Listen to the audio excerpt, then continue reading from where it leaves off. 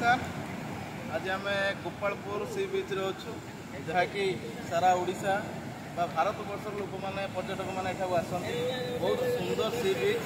ये सुंदर सी बीच जमीक ओडिशार दुईटा सी बीच बहुत सुंदर लगे। पुरी समुद्र कूल और गोपालपुर समुद्र कूल बहुत सुंदर, बहुत परिष्कार परिच्छन्न एवं से जगार संध्या समय मजा करवा बुलवा एकदम बहुत बढ़िया लगे। तो आम गोपालपुर समुद्र कूल अच्छु।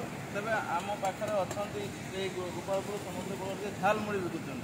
जब गोपालपुर आपने आसी आपने झालमुड़ी खाई ना तेज आपर गोपालपुर बुलवा बेलापुर बुलवा तो आपण गोटे अधूरा रही। तेज मो भाई अनुरोध कर भाई टी आपको टी देखिए आप केत वर्ष झालमुड़ी कर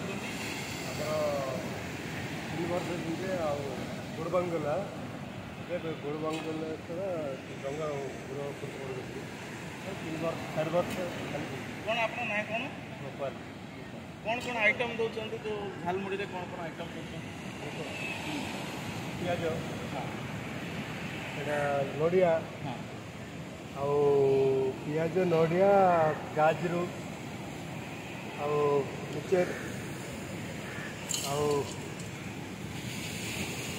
आइटम आम कौन कौन आइटम देखिए। अच्छा यार केते कौन रेट रोचे केमती कौन रेट रोचे 25 टका आपण देखो झालमुड़ी विभिन्न प्रकार आइटम से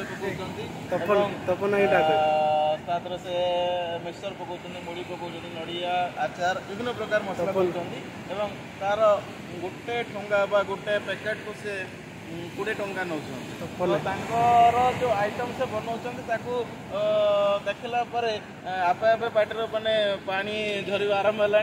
तेज आपण मैंने देखी दिंतु समुद्र कूल तपन भाई ठीक आस समुद्र कूल देखते बहुत बढ़िया है। धन्यवाद।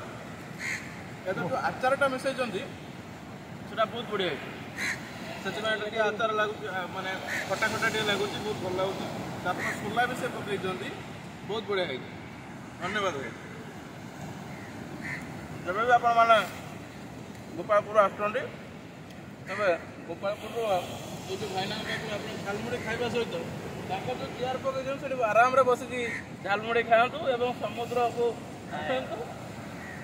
समुद्र को नजर रखु एवं समुद्र बेलाभूमि को भरपूर उपभोग करूँ। धन्यवाद।